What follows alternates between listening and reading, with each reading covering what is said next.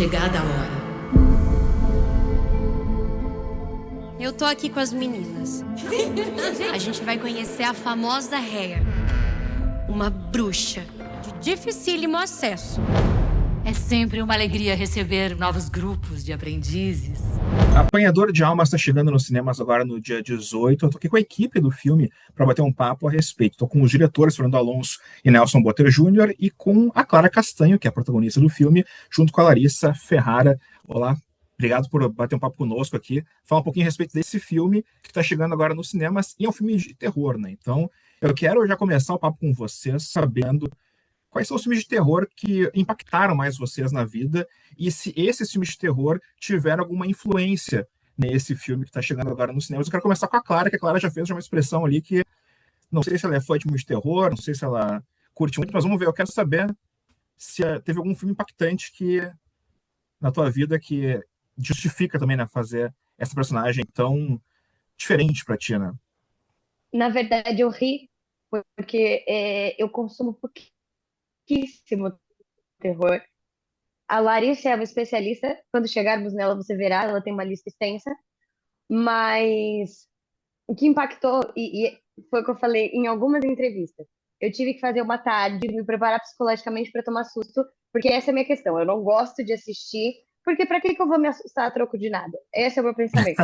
Mas para estudar para o filme, eu peguei alguns projetos para assistir. E um que ficou muito na minha cabeça, eu assisti Bruxa de Blair no cinema quando saiu. Eu lembro de ficar apavorada, mas que eu assisti especificamente pro filme, eu assisti A Bruxa, que é um filme que tá na Netflix, que tem todo esse misticismo, é uma bruxa mais intensa, digamos assim. E foi um que eu usei como referência para o que a gente estava usando de cenário. Mas eu não sou uma exímia consumidora, eu vou ter que assumir isso aqui para você. Agora, pergunta para Larissa, você vai ver. Não, eu quero saber então, a Larissa já teve então, né, essa abertura aí, especialista em filmes de terror, pelo visto. Olha, eu não sou especialista, mas eu gosto da adrenalina. Tudo bem, Rodrigo? Prazer. Todo Eu prazer. gosto da adrenalina que o filme de terror ou filme de terror psicológico, suspense, o que eles trazem, assim, sabe? De a gente ficar parado na cadeira. Eu gosto dos plot twists, eu gosto dessa tensão. Também não me pergunte por quê, porque a vida já é isso, mas eu gosto de assistir isso também. Para mim, assim, são vários. Eu acho que o mais novo, entre aspas, eu fiquei apaixonada pelo Hereditário. Eu acho que a Toni Collette simplesmente, enfim, arrasou. Tem uma cena ali, aquela cena do jantar, para mim é divina. Se você me perguntar se há uma referência, essa interpretação é uma referência para mim, que eu até trago no filme, porque minha personagem ela tem até poucas nuances. Ela tá sempre, né? Tá sempre na porradaria ali, sabe? Para ir sobreviver, para ir matar. Brasileiros, eu amaria que as pessoas assistissem As Boas Maneiras, da Juliana Rojas, assistisse O Homem Cordial, da Gabriela Amaral, os filmes da Anitta Rocha da Silveira, é, nossa, sou muito Suspira, eu amo Suspira, Invocação do Mal, enfim, eu amo, eu acho um gênero muito divertido também, sabe? E eu gostaria muito, muito que o Brasil abrisse um caminho maior, abrisse um espaço maior para esse tipo de gênero no nosso mercado. Boa. Fernando e Nelson, então, quero saber de vocês agora, né? Os filmes de horror que Ah, foram importantes para vocês. E, claro, a gente tem que lembrar também que o cinema brasileiro, embora a gente não tenha tantos filmes de horror hoje em dia, né? Eles têm uma tradição, porque, poxa, o Zé do Caixão é nosso, né? O Zé do Caixão foi uma sim, figura, assim, que foi super importante, né? Pro nosso cinema, não só pro nosso cinema, mas pro cinema mundial também, né? O Joe Coffin, né? É o Coffin Joe, no caso, né? Todo mundo conhece ele também lá fora. Mas queria que você falasse um pouquinho a respeito, em primeiro lugar, né? Dos filmes que influenciaram vocês e também como é fazer cinema de horror ou cinema de gênero aqui no Brasil. uhum. Bom, Rodrigo, eu sou mais old school, né? Então eu vou falar dos filmes que me impactaram muito quando eu era mais criança mesmo, porque eu lembro que, por exemplo, o Poltergeist, do Spielberg, foi um filme que, nossa, eu assisti morrendo de medo da- do palhacinho lá e tal. Outro filme que, para mim, é uma referência do gênero é O Iluminado, né, do Kubrick. E, por exemplo, um que é de terror, mas também tem muita comédia, do Polanski, o Dança dos Vampiros, é um filme que, assim, eu amo, né? E outros que, como Sexta-feira 13, Pesadelo em Elm Street, assim, os clássicos do terror dos anos 80, né? Assim, eu assistia muito quando eu era moleque, filme de terror. Depois eu confesso que eu me divorciei do gênero durante uns bons anos, mas eu voltei a assistir depois, depois que eu passei dos 40, eu voltei a apreciar assim, um pouco o gênero do terror. Então, assim, Corra, eu acho que é um baita filme, né? E tem tantos outros, assim, de Invocação do Mal, tem filmes que são realmente, para o gênero, eles são muito bons. Eu desde pequeno também sempre fui fã, né? Ainda mais que a coisa mais legal do terror é aquela questão de você dormir imaginando o que tem atrás da porta, o que tem atrás do armário, o que tem no cabide, não vou no banheiro, vou segurar o xixi até amanhã e sempre fui fã, né? Então a gente começa nesses clássicos, né? Freddy Krueger, Jason, o Poltergeist. Gostava muito e ainda gosto, né? Não só da leitura, mas dos filmes todos do King, do Stephen King, né? O Cemitério Maldito. Outro filme que eu vi que era pequeno, de 86, 87 no Brasil, lançou A Hora do Espanto. Não sei se vocês lembram. Nossa, esse filme eu passei noite sem dormir. Sempre que parava um caminhão de lixo na rua, eu tinha certeza que era o cara descarregando um caixão com um vampiro no vizinho. Eu tinha certeza. Anos, o caminhão à noite, falei, não, agora chegou. Toda noite era assim. Enfim. E dos novos, o que. Putz, tem tanta coisa boa e tanta coisa que hoje, né? Você tem o entretenimento pelo entretenimento que é muito, muito bom, e tem também o entretenimento com, né, o horror social que a gente chama. Então você tem os filmes do Jordan Peele, você tem um filme que eu gosto muito, tem o Hereditário, que é, né, outra pegada, tem o Devil também, que é da produção do Shyamalan, que é muito bom, né? Não sei se você já viu do Elevador, nossa, esse filme é incrível. Eu gostei muito do filme agora que saiu, é o Pesadelo, né? Que são dos vampiros, do. Oh, meu Deus, eu esqueci o nome, mas eu vou lembrar depois. Ou Pecadores? Enfim. Hã? Pecadores? Isso, sim, Pecadores, Sinners, é perdão. isso aí. Ótimo, Muito, grande muito filme. bom, muito bom. Esse Clara, filme é muito bom. Esse filme é muito, muito, muito, muito, muito bom. Desculpa. Muito, muito, muito eu bom. amo. Mas tem esse lance também do gênero, de ele também ele conseguir ultrapassar, né? O Pecadores, ele tem o horror, mas ele tem um musical também, um musical muito É. forte no filme, as É atuações muito são muito legal. boas. O filme realmente é fantástico. E você Pode vê, falar. não, entrando na sua linha, você vê que o terror hoje, esse é um claro exemplo do que pode ser feito, né? Você pode ainda transitar por outras áreas, outras especificações de filmes. É um gênero que tem um público muito fiel, e não é só fiel, ele é no bom sentido, ativista, participa, dá feedback, dá spoiler, discute, seja, como é que fala a palavra? Que também participa, assim, ele te ajuda, né? Ele vira um parceiro seu São embaixadores, né? embaixador, exatamente. E é muito legal isso, que é coisa que eu acho que nenhum outro gênero tem esse apelo. E a gente está querendo faz tempo, esse é o nosso segundo terror, né? A gente acabou lançando um que nem veio para o Brasil ainda, mas ele foi para fora primeiro, já faz alguns anos, uma coprodução também independente aqui no Brasil. E a gente tem agora no nosso DNA a proposta de começar a trabalhar o gênero, porque a gente vê que no Brasil, a gente é muito forte no drama, na comédia, nos docs. E a gente, apesar de ter filmes incríveis do gênero, né? Você tem filmes muito legais, como a gente discutiu agora há pouco, Quando Eu Era Vivo, Animal Cordial, o Caseiro. São muitos poucos, né? A gente tem pouca referência. Eu acho que a gente quer contribuir em criar ajudar a criar essa produção mais forte no mercado do audiovisual brasileiro, né? E sem querer me estender muito, mas já que você falou do Zé do Caixão, que muitas vezes aqui no Brasil ele é visto até como motivo de chacota, né, de trash, aquela coisa toda. Eu fui no Festival de Sitges, que é o festival, um dos mais importantes, né, do cinema de terror, o cinema fantástico do mundo, né? E é impressionante a adoração das pessoas pelo Zé do Caixão, né?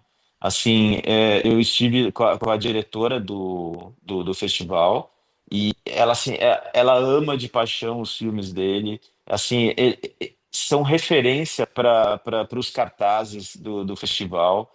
Tem muitas comunicações que eles utilizam o desenho ali do Zé do Caixão. É impressionante como ele é valorizado fora do Brasil, mas dentro do Brasil nem tanto, né? É uma coisa muito interessante isso, como a gente tem essa tendência, né, de ridicularizar algumas pessoas, né, que são expoentes fora, mas aqui dentro do Brasil a gente não dá o devido valor, né? Bom, e claro, eu quero saber, já que tu não é não é tipo tão fã de filmes de horror, mas o que que te fez fazer então aquele sim, né? Quero participar desse filme com o Nelson, com o Fernando, com esse elenco feminino forte também. O que que te fez então aceitar o papel? Eu acho que justamente o desafio do desconhecido. É, eu acho que vai demorar um tempo para eu receber um convite de novo de um filme de terror. Então ele veio até mim e falou, por que que eu não vou aproveitar? Em que outro momento da minha vida isso vai acontecer assim, de forma tão natural? E era um projeto que eu gostei muito quando eu li. Então juntou a fome com a vontade de comer, praticamente. Mas é me desafiar como atriz num lugar que eu desconheço também. É me entender nesse lugar de medo, ou de amedrontar, ou de gerar uma sensação que me é um pouco desconhecida. Então, era justamente o desafio que me chamava a atenção. E Larissa, eu não quero entrar em spoilers, mas tu divide o teu personagem com outra atriz do elenco, né? Que é a Priscila.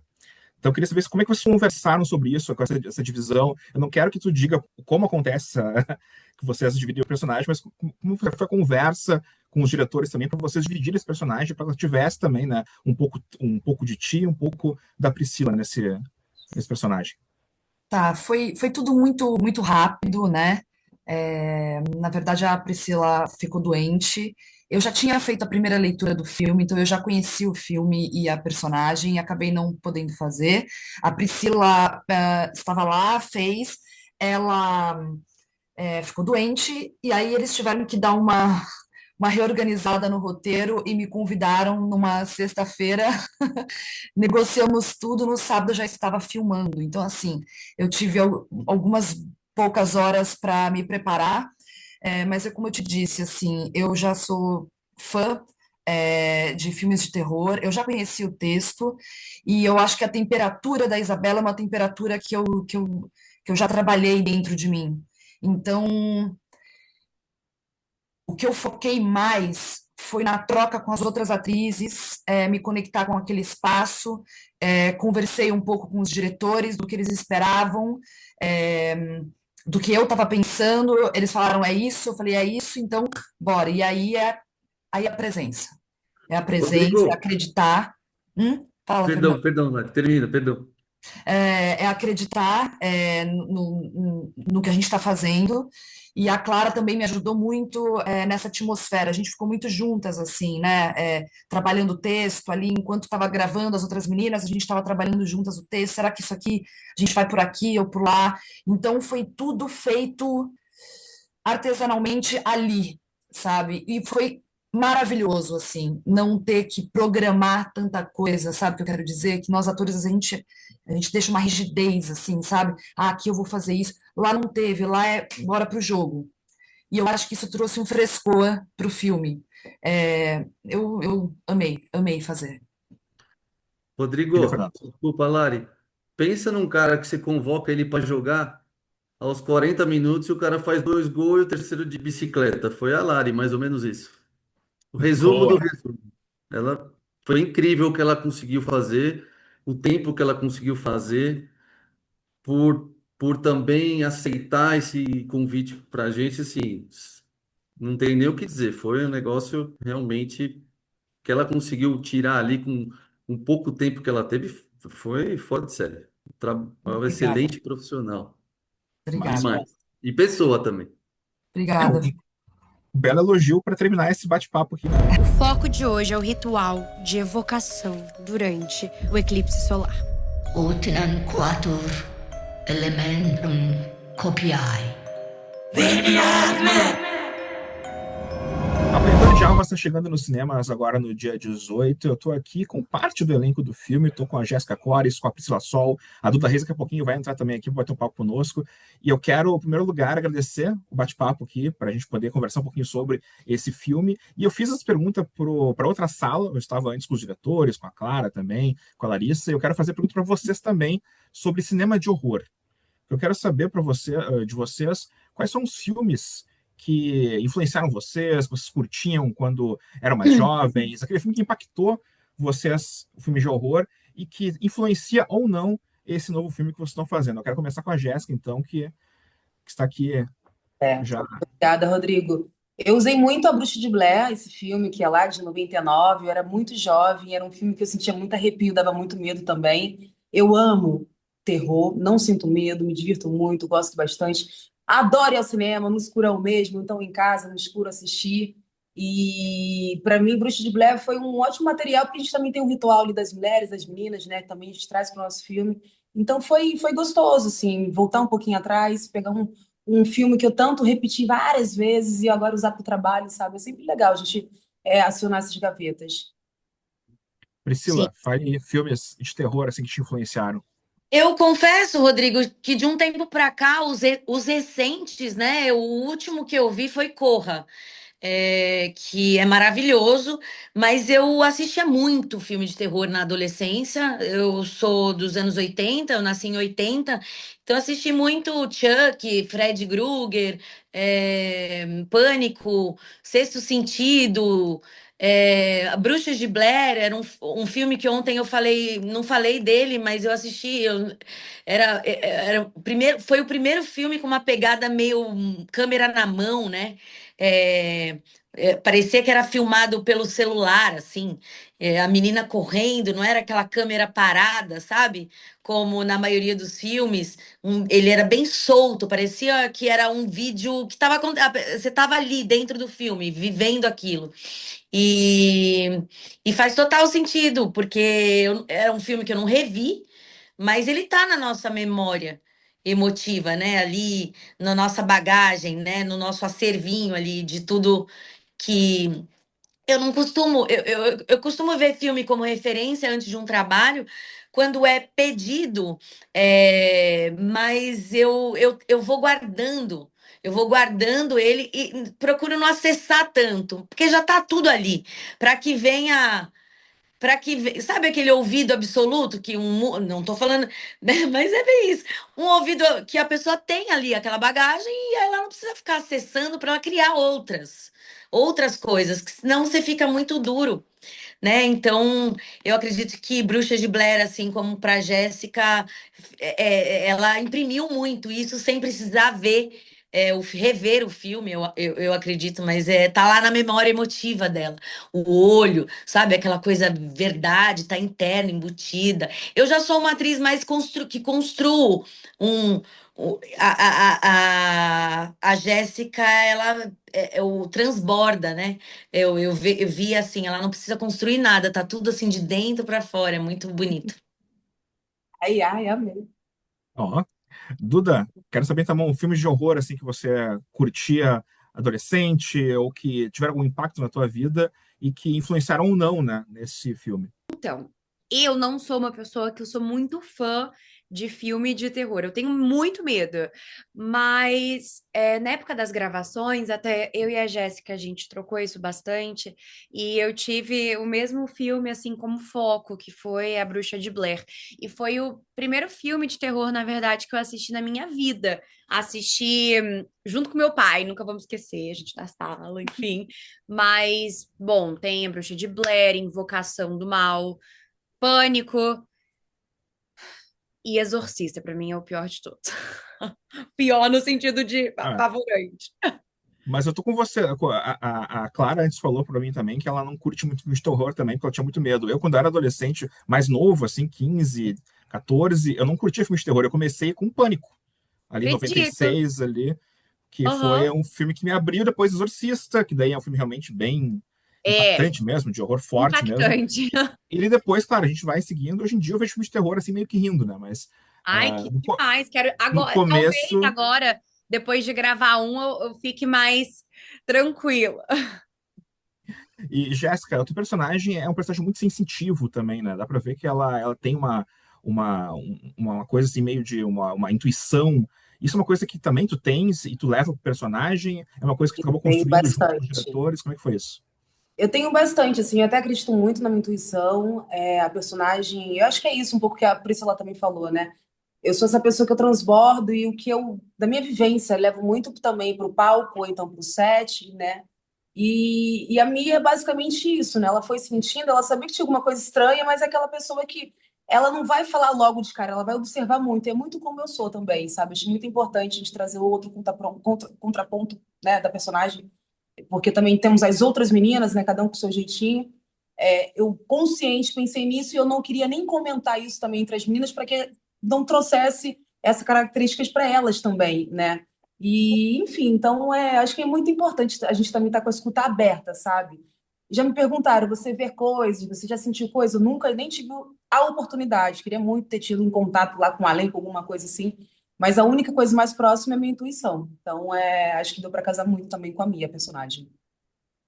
E Priscila, tu divide a personagem, né, com a Larissa, eu falei com ela antes sobre isso, né, também, né, um pouco de como aconteceu isso, mas a tua personagem, assim como dela também, é uma personagem que é muito ativa, né, uma pessoa que não para, é imparável, na verdade, né. Queria que tu falasse um pouquinho a respeito dessa construção, como é que foi dividir também, e como foi depois assistir as partes que tu acabou não participando. Não quero dar spoiler para as pessoas aqui também, né, para não dizer o que acontece, por que tu divide o personagem com a tua colega, mas eu queria que tu falasse a respeito disso, né? De como foi também assistir depois as partes que tu não acabou não participando, né? A Isabela foi um desafio para mim. Eu nunca fiz uma personagem que as pessoas me vissem como má, ou uma, né? Má, tô indo pro arquétipo. O arquétipo, né? Porque ninguém é bom e mal, todo mundo é bom e mal, né? De alguma maneira. A gente tem sentimentos não virtuosos dentro da gente, e muitas vezes o que diferencia uma pessoa boa de uma ruim é que se a gente cultiva aquele sentimento, eu vou me alimentar dele, né? O que eu me alimentar é o que vai crescer. Então a pessoa boa tenta entender o que é aquele sentimento e jogar fora e tentar se trabalhar, né? Então a Isabela era um desafio para mim, mas eu sabia que eu ia fazê-la muito bem, porque eu tenho sentimentos não virtuosos dentro de mim que eu trabalho bastante para usar na hora necessária, né? Eu não tenho medo de nada. Que merda de névoa é essa tudo? Nós passamos para outra dimensão. Eu confesso que eu trabalhei sentimentos que não tão bons ali. Senti apego, senti meu ego latente de querer terminar o filme, né? Talvez, com certeza, se eu já soubesse que essa troca iria acontecer, não teria questão nenhuma em ter uma personagem que aparece menos tempo e a outra, né? Agora, você se preparar para uma personagem, você ficar doente, não poder continuar, foi muito desafiador para mim. Mas, como eu disse nas diversas entrevistas, ver o resultado, ver a Larissa fazendo lindamente, ela é uma atriz maravilhosa. Então, ver o trabalho das meninas, eu acredito que eu saio melhor desse trabalho, não só artisticamente, como pessoalmente, sabe? Como pessoa, como ser humano. Eu fui lá para as minhas sombras, trabalhei todas elas, a inveja, os sentimentos que não são sentimentos virtuosos. E isso é importante a gente olhar para as nossas sombras. Então, esse filme trabalha isso. Tanto que ele traz as sombras de cada personagem, né? As questões de cada uma, o que tem que ser trabalhado. Então, foi muito bonito. Eu não consegui trabalhar com as meninas, dar continuidade de trabalhar com as meninas, mas trabalhei vendo de fora, querendo estar lá com elas.